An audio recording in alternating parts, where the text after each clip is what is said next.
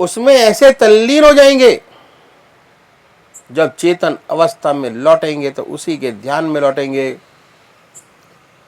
और उस समय आपको बड़ी सुंदर अनुभूति होगी कि आपका हृदय मस्तिष्क आनंद से भर गया। जितना मस्तक पर भार था वह हल्का हो गया। ये पूजा का तरीका जैन संत महात्मा ने बताया साकार पुजारियों के लिए। यदि ऐसे पूजा करेंगे तो उसका विशेष लाभ होगा। चित्त की एकाग्रता प्राप्त होगी, कंसंट्रेशन प्राप्त होगा, सुषुप्ति की अवस्था प्राप्त होगी, और सुषुप्ति से धीरे धीरे सहज समाधि में प्रवेश करेंगे। दूसरे वो भाई हैं जो निराकार भगवान के उपासक हैं, परमात्मा की मूर्ति को नहीं मानते हुए भगवान के नाम को पकड़े और उस नाम को चुने जो उनकी आत्मा को सबसे प्यारा लगता है। कोई ना कोई नाम से तो याद करते ही होंगे। हिंदू भाई ओम, मुसलमान भाई अल्लाह, सिख भाई वाहगुरु, क्रिश्चियन भाई क्राइस्ट या गॉड। जो आपकी आत्मा को सुंदर और अच्छा लगता है चुन सकते हैं। जो नाम आपकी आत्मा को प्यारा लगे उसे पकड़े। फिर आसन तो वही है, सुख आसन से पड़ौती लगाकर बैठे, हृदय की तरफ निगाह करें, आनंदमय अवस्था बनाएं और एक ख्याल करें कि जब आपका हृदय धुक धुक करता है उस हार्ट बीट में से ये ओम नाम निकल रहा है। ये जो नाम आपने चुना है वो निकल रहा है। हृदय ओम ओम कह रहा है, जवान नहीं कह रही। शुरू में दिक्कत होती है, तब आप मानसिक जाप कर सकते हैं। ओम, बड़े प्यार से ओम ओम। धीरे धीरे ऐसी अवस्था आती है कि आपको बहुत स्पष्ट सुनाई देने लगता है कि हृदय से ओम की आवाज निकल रही है। ऐसी हालत पैदा हो जाती है, ना कोई दूसरा ख्याल रहता है ना विचार। ऐसे तल्लीन नाम में हो जाते हैं कि अपना होश नहीं रहता, अपने आप से गायब हो जाते हैं। विचार शून्य अवस्था प्राप्त होती है, और जब चेतन अवस्था में आते हैं तो वही नाम सुनते होते हैं। फिर हमें एहसास होता है बड़े आनंद का कि हमारा मस्तिष्क अनुपम आनंद से भर गया, बड़ी शांति मिली। ये तरीका पूजा का बतलाया हमारे रास्ते के संत महात्माओं ने। यदि ऐसे पूजा करेंगे विशेष लाभ होगा, चित्त की एकाग्रता प्राप्त होगी, धीरे धीरे सुषुप्ति की अवस्था से सहज समाधि में प्रवेश कर जाएंगे। हमें आत्मा और उस परमात्मा का अनुभव होने लगेगा, और एक दिन ऐसा आएगा कि हम उससे एकाकार हो जाएंगे और ज्योति से ज्योति मिल जाएगी। इन संतों ने क्योंकि ग्रस्त में रहे, इस बात का विशेष ध्यान रखा कि हमारे काम का समय ना लिया जाए। पहली सीढ़ी का दूसरा स्टेप, हर मनुष्य भोजन करता है, और भोजन करने में आधा घंटा दोपहर को और आधा घंटा रात्रि को लगाता है। ये समय ऐसा है कि खाली है, दुनिया के व्यवहार का आप कोई काम नहीं कर रहे होते। इस समय में इस भोजन के तरीके में परिवर्तन लाना पड़ेगा। और वास्तव में हमारा पुराना कल्चर बड़ा सुंदर था। हमारे ऊपर वेस्टर्न कल्चर की छाप पड़ी और हमारा स्टैंडर्ड 2.5 फुट ऊंचा हो गया। पहले जमीन पर बैठकर भोजन करते थे, अब मेज कुर्सी पर बैठकर भोजन करते हैं। इस बात में कोई नुकसान नहीं।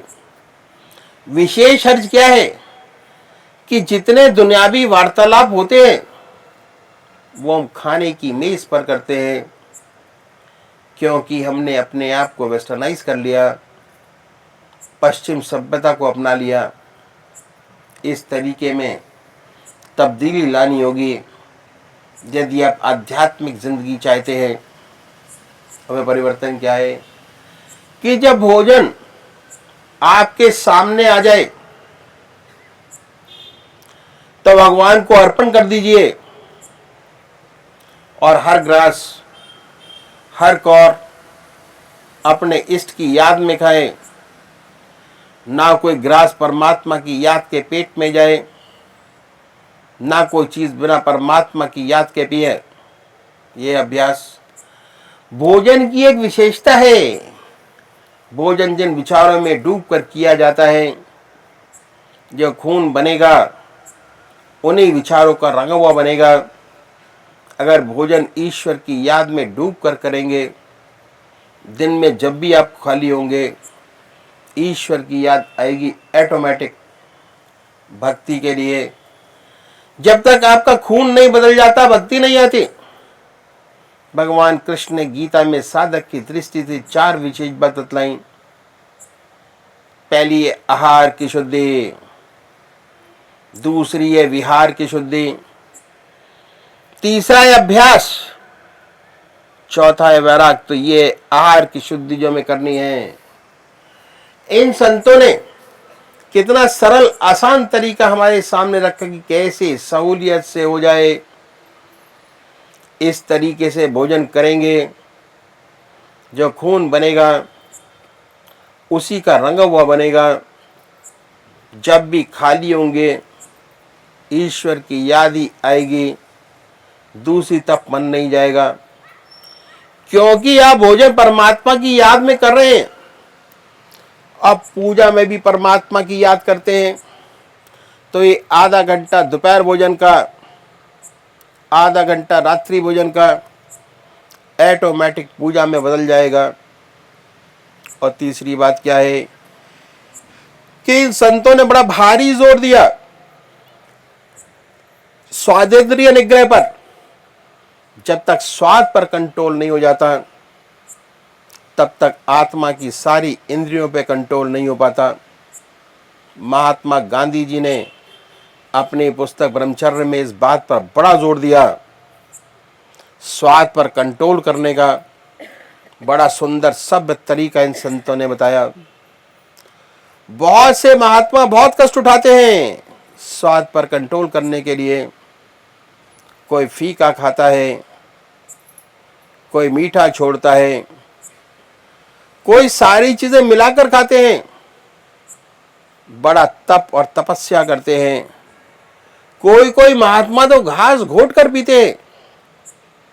हमारे सदगुरुओं ने बड़ा रैशनल तरीका बताया गृहस्थियों के लिए कि अगर परमात्मा की याद में भोजन करेंगे स्वतः ही स्वादेंद्रिय निग्रह हो जाएगा। स्वादों से आप ऊपर उठ जाएंगे। अब आपके पूजा के 2 घंटे हो गए। आधा घंटा सुबह पूजन, आधा घंटा दोपहर भोजन, आधा घंटा रात्रि भोजन, 2 घंटे का ध्यान अपने इष्ट देव का। आगे चलिए। संत महात्माओं ने बताया कि हर मनुष्य भोजन सोता है और सोने में औसतन 6 घंटे सब लगाते हैं। 6 घंटे निद्रा। अगर 6 घंटे से सोने से पहले 20 मिनट परमात्मा को दे दे तो बहुत बड़ी बात हो जाएगी। सिर्फ 20 मिनट विहार की शुद्धि हो जाएगी। भगवान कृष्ण ने विहार की शुद्धि पर बड़ा भारी बल दिया। कैसे होगी इसका तरीका इन संतों ने बताया कि जब दुनिया के आपके सारे काम समाप्त हो जाएं, अपनी चारपाई पे बैठिए, आसन लगाने की जरूरत नहीं। 2 काम कीजिए। पहला आत्मनिरीक्षण। जो दिन में आपने काम किया उसको सोचिए अपनी आत्मा से अगर कोई अच्छा काम बना, ऐसा काम जिससे दूसरी आत्मा को प्रसन्नता हुई हो, अगर ऐसा कोई परोपकार का काम बना है, उसे भगवान के अर्पण कर दीजिए कि हे प्रभु, आपकी दया कृपा से बना। इस सेवक में कहाँ शक्ति है कि इससे कोई अच्छा काम बने। आपने अवसर प्रदान किया और हो गया, इस अच्छाई को भगवान के अर्पण कर दीजिए। प्रभु, आपकी दया कृपा से हुआ। फिर सोचिए कि आप में कोई कमी तो नहीं है, खराबी तो नहीं है। अपनी आत्मा से पूछिए। किसी के इसके लिए किसी गुरु की आवश्यकता नहीं, आपकी आत्मा आपका सबसे बड़ा गुरु है। अगर आपकी आत्मा कहती है कि नहीं है तो बड़ी अच्छी बात है। अगर कहती है कि हमारे अंदर झूठ है, कपट है, आपकी जिंदगी में काम है, क्रोध है, लोभ है, मोह है, अहंकार है, अगर ऐसी कोई चीज आपको नजर आती है, इसके लिए प्रायश्चित करना बड़ा आवश्यक है। और भगवान के सामने अगर सच्चे हृदय से प्रायश्चित करें कि परमात्मा हमें इन कमियों से मुक्ति करे। प्रार्थना बहुत बड़ी चीज है। परमात्मा के सामने अगर ऐसा करते हैं तो भगवान हमारी आत्मा को ऊंचा उठाता चला जाता है। और प्रार्थना करने का सबसे अच्छा तरीका मैं आपके सामने रखता हूं। आप अपनी आत्मा से पूछिए कि हमसे जो काम हो जाते हैं बड़ी गड़बड़ है, उनमें से सबसे छोटी सी बात को पकड़ें, बड़ी को ना पकड़े। जो आदतवश हो जाते हैं, जैसे गप लड़ाने की आदत पड़ गई है, उसमें झूठ बोल जाते हैं, इससे कोई फायदा तो नहीं, झूठ तो झूठ है, बिना मतलब झूठ के बोले। अगर आपकी आत्मा कुढ़ती है, दुखी होती है, तो ऐसी छोटी छोटी बातों को पकड़िए। अगर आप छोड़ते चले जाएंगे, आपके विल पावर, इच्छा शक्ति बढ़ती चली जाएगी। धीरे धीरे बड़ी बड़ी कमियां, खराबियां जो आप में हैं, जिन्हें आप सोचते हैं कि नहीं जा सकेंगी, उनमें भी परिवर्तन होता नजर आएगा, वह भी छूटती नजर आएंगी।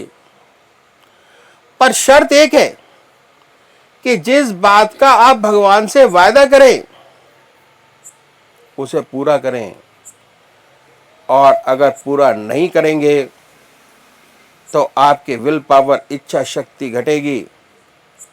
वायदा न करना चाहे लेकिन वायदा करके पूरा न करना खराब है। जो वायदा करें पूरा करें, अपनी इच्छा शक्ति को बढ़ाएं, बढ़ती चली जाएगी। इसके बाद अपने इष्ट देव का ध्यान कीजिए। जब ध्यान अच्छा लग जाए तो उसी के ध्यान में सो जाइए। उन्हीं को याद करते करते सो जाएं। ये अभ्यास, अगर ये अभ्यास करेंगे तो बहुत सुंदर सुंदर अनुभव आपको मालूम होंगे।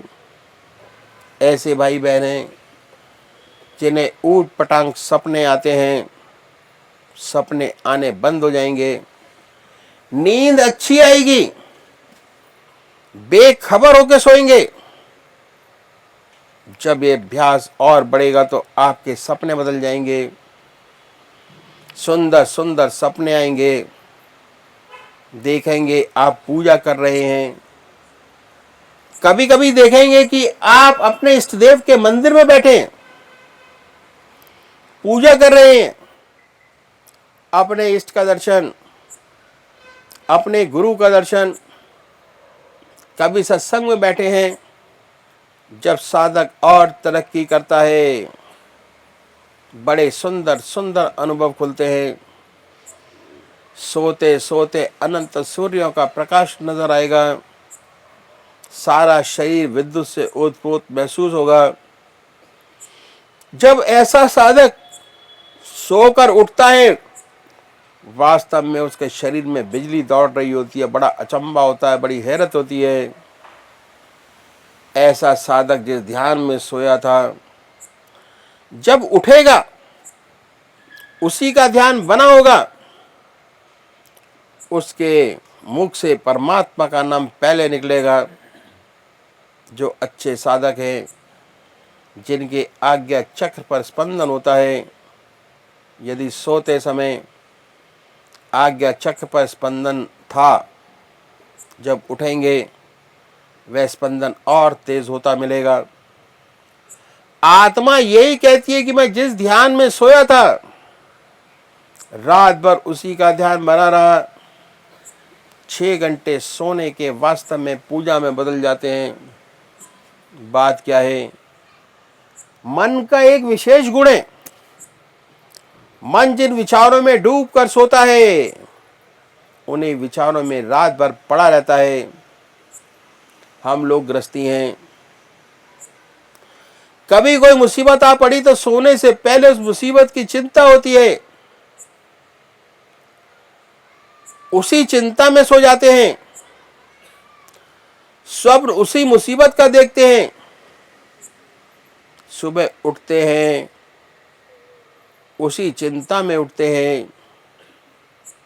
एक बच्चा है, माँ का दूध पीते पीते सो जाता है। रात भर चप चप करता रहता है। मानसिक रूप से दूध पीता होता है। ये मन का एक विशेष गुण है कि मन जिन विचारों में गहरा डूब कर सोता है, उन्हीं विचारों में पड़ा रहता है। अगर आप ईश्वर से प्रार्थना करके सोएंगे, ईश्वर को याद करके सोएंगे, ईश्वर को साथ लेके सोएंगे, रात भर आपका ध्यान बना रहेगा और 6 घंटे सोने के पूजा में बदल जाएंगे। ये है विहार की शुद्धि, जिस पर भगवान श्री कृष्ण ने बड़ा भारी जोर दिया। विहार शैया योगक्षेम का क्षेत्र है। जब साधक को सच्ची प्रगति मिलती है, मन का बदलाव दर्शाती है। यह तरीका इन संतों ने बताया प्रैक्टिकल कि कैसे सच्चा विहार हमसे बने। ऐसे आधा घंटा सुबह पूजा का, आधा घंटा सायंकाल पूजा, आधा घंटा दोपहर भोजन, आधा घंटा रात्रि भोजन, 6 घंटे सोने के हर व्यक्ति चाहे कितनी लाइफ में बिजी क्यों ना हो, अपने बना सकता है। 24 में से 8 घंटे अपना जीवन ईश्वर में बना सकता है और दुनिया के काम करने के लिए सारा समय आपके पास ऐसा मौजूद है, उसमें से एक भी सेकंड नहीं दिया गया। संसार का सारा समय, व्यवहार का, आपके व्यवसाय का, आपके ऑफिस का, आपके टीचिंग का, आपके पास वैसा का वैसा ही मौजूद है। ये साधना का पहला स्टेप, पहली सीढ़ी। परमात्मा तू ही है, तेरी इच्छा पूर्ण।